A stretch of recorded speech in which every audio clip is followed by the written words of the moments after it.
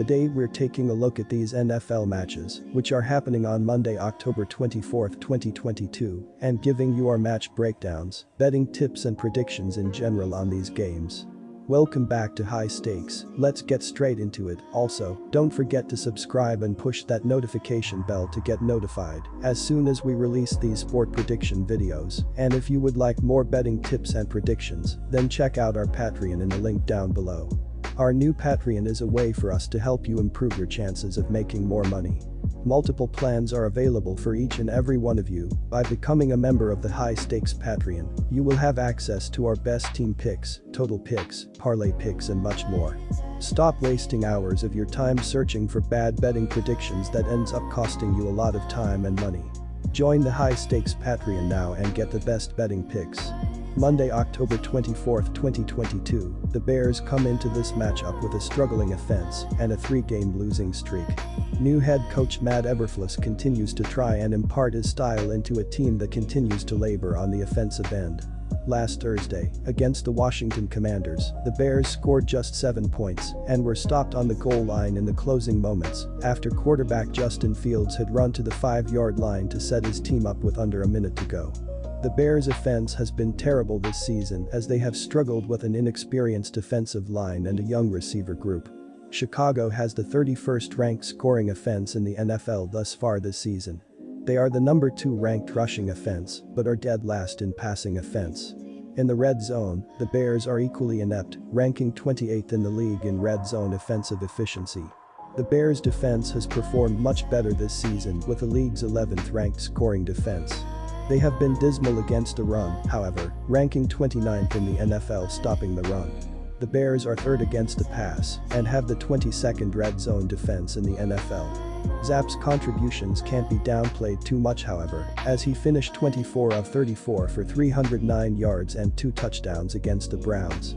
Zapp spread the ball around to 8 different receivers, including the team's newest weapon, Tyquan Thornton, who was playing just his 2nd career game after a stint on Illinois. Thornton ran for 1 score and caught another for the suddenly clicking Patriots offense. The Patriots finished with 20 first downs and 399 total yards and 1 turnover, a fumble, in the contest. The Patriots' ground game chewed up 98 yards, including 76 yards from Ramondre Stevenson, including 2 touchdowns. The Patriots' defense seems to be hitting its stride as they once again shut down an opponent. They are now ranked 12th in scoring offense in the NFL after 6 weeks. The team is 10th in rushing and 18th in the NFL in passing. The Patriots continue to struggle in the red zone, however, ranking 29th in the NFL in red zone offensive efficiency. They keep climbing the ranks of turnover differential, however, now sitting at 14th after a terrible start.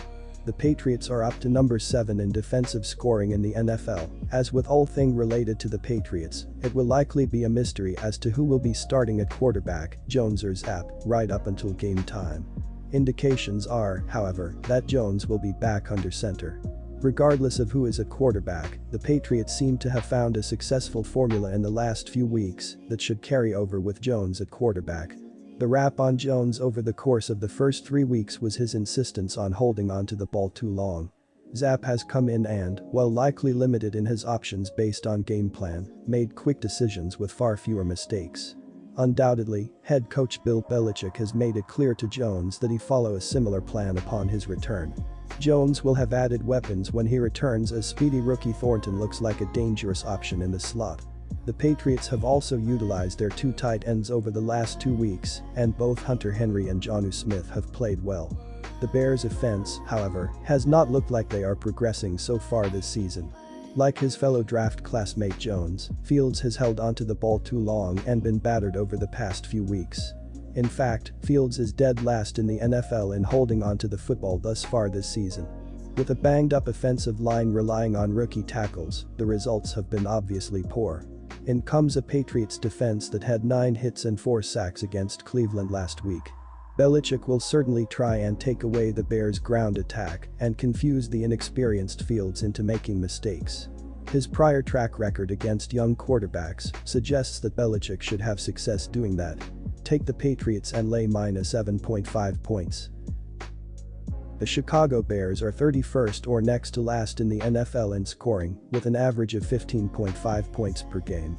Chicago is 28th in total offense, averaging 293.5 yards per game, with an average of 170.7 yards rushing and 122.8 yards passing per game.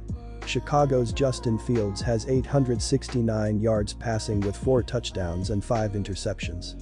Khalil Herbert has a team-best 402 yards rushing while scoring 3 touchdowns, and wide receiver Darnell Mooney has caught 17 passes for 241 yards to lead the Bears. The New England Patriots are allowing an average of 18.8 points per game, which is 7th in the NFL.